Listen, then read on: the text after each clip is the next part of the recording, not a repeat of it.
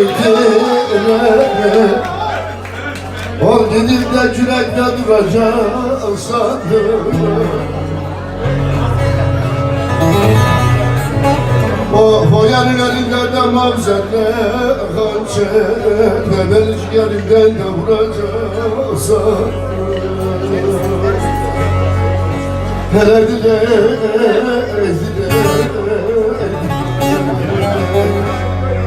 ah esme Geliyorum abi.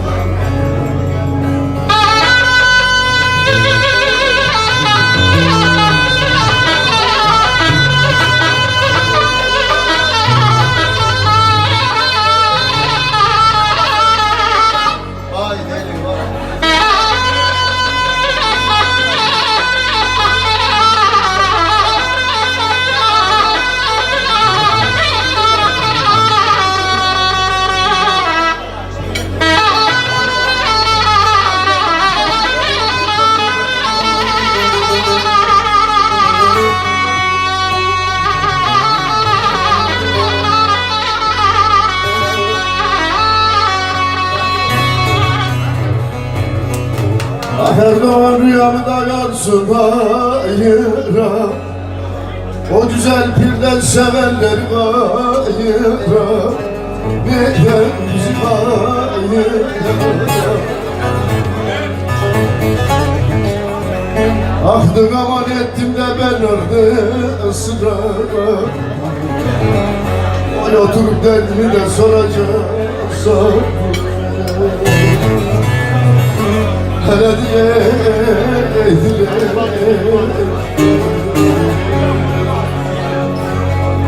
ah esme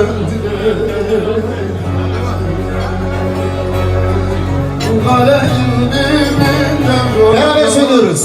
Mahmuya oy oy Mahmuya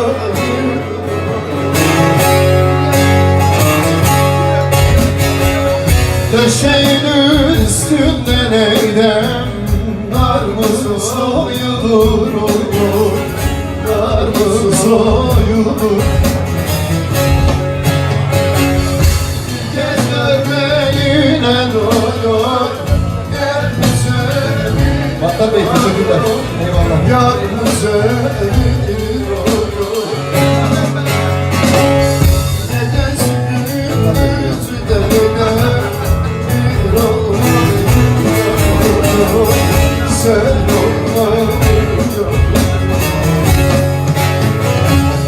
Gecesi gündüzü derine bir olmayınca ayran yar olmayınca Zılgıt var mı?